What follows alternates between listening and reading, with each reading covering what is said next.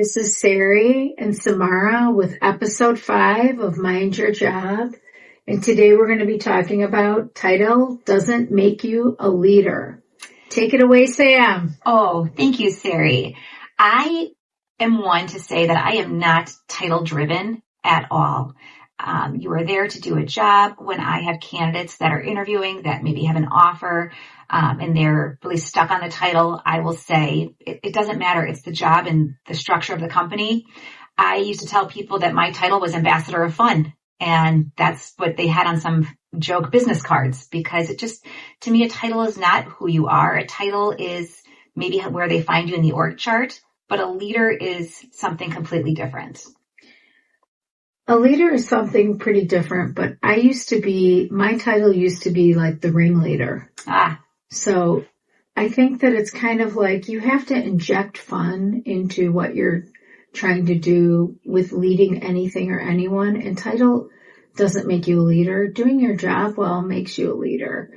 Having a sense of urgency when other people need information from you and getting it to them in a timely manner, that makes you a leader. Keeping your word makes you a leader. Showing up on time makes you a leader. Saying please and thank you. There's so many different things that make you a leader. A title is for people's ego. And I read somewhere yesterday that self-awareness is sort of letting your ego go and leading by example. Like, let yourself be the person you need to be without the title. You could be the CEO of a company without a title, and you're the person everybody's going to and trusts and talks to be able to A, get information, or B, be taught something about whatever the company goal is or whatever the company's, mission statement is. It isn't leader isn't title. No, leader is a person, I believe, that shown their time and time again that they show up in every way to be able to help people. Agreed. Leadership is the intangibles. Leadership is more than just what is on your business card. It's who you are and what you do within the company. I think that more than a title, like you mentioned, it's showing up, saying what you're going to do, follow through. And as we've seen on those graphics on LinkedIn before, a leader is really not the top of the pyramid. It's who's lifting up from the bottom. Agreed. And I think they will sort of take the bullet for other employees and keep them out of harm's way.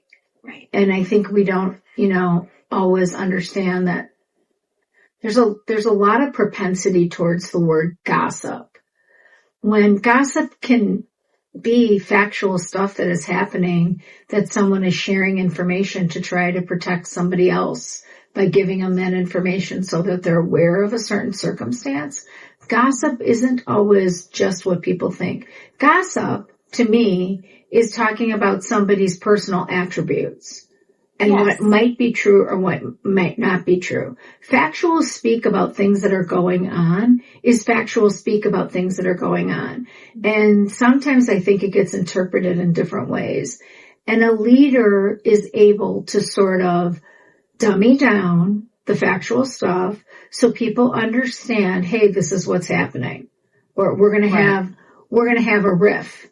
We're having a reduction in force. Mm-hmm. So they're letting that honest information out there. Maybe it leaked, and that's what people don't like, but it's not gossip if it's something that's factual.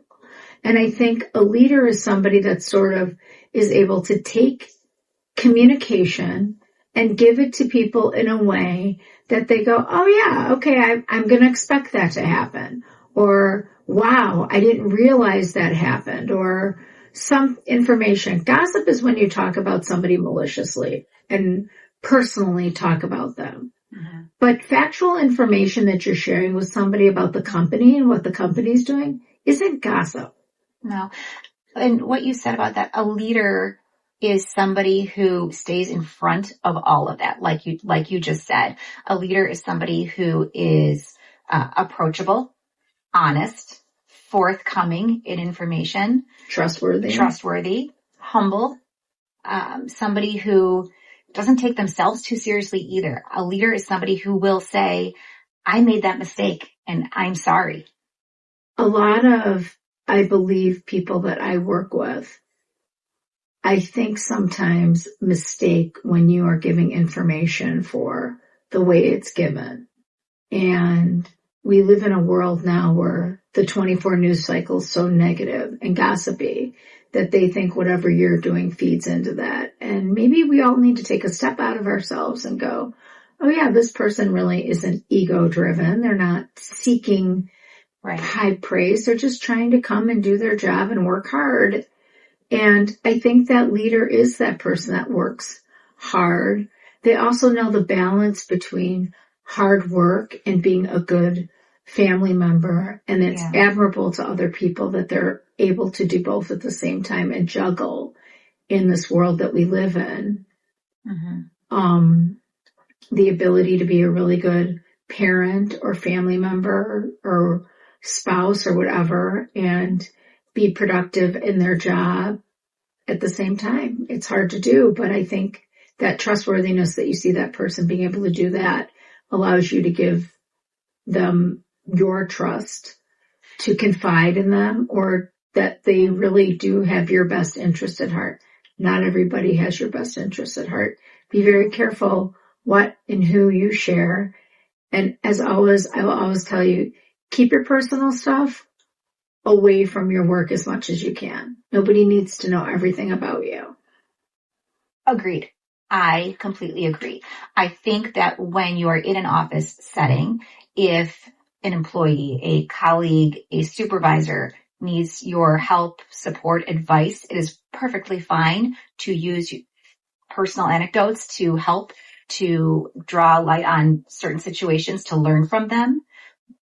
And I think that when somebody walks into the office and they wipe their feet before they get in, part of wiping their feet to get the snow or salt or whatever else it is off your shoes is to leave your personal strife at the door. You're there to work. You're there to be with each other and to help each other up and for the better of the company.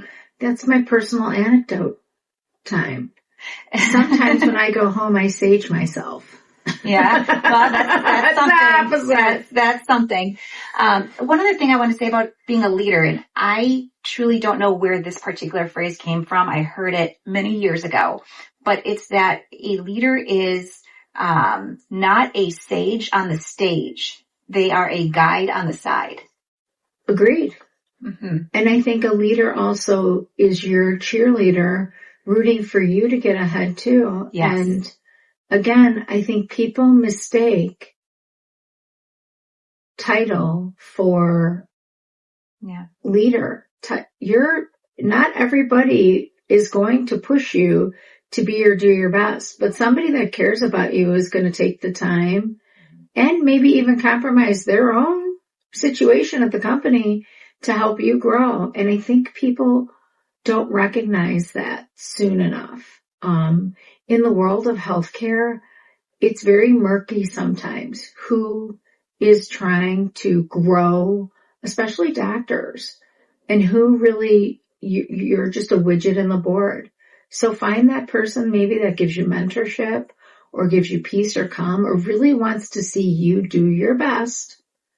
And that's your person. The people that want to see you do your best and take you maybe from a situation where you were at your not so best, that's your leader. Your leader just isn't the person with the C-suite signatures, because I think sometimes those people don't even know. And you said mentor. That was going to be another point I was making, is rather than CEO or executive level being synonymous with leader, mentor should be synonymous with leader. Mentor should be synonymous with leader. Yeah. Mind your job. Mind your job.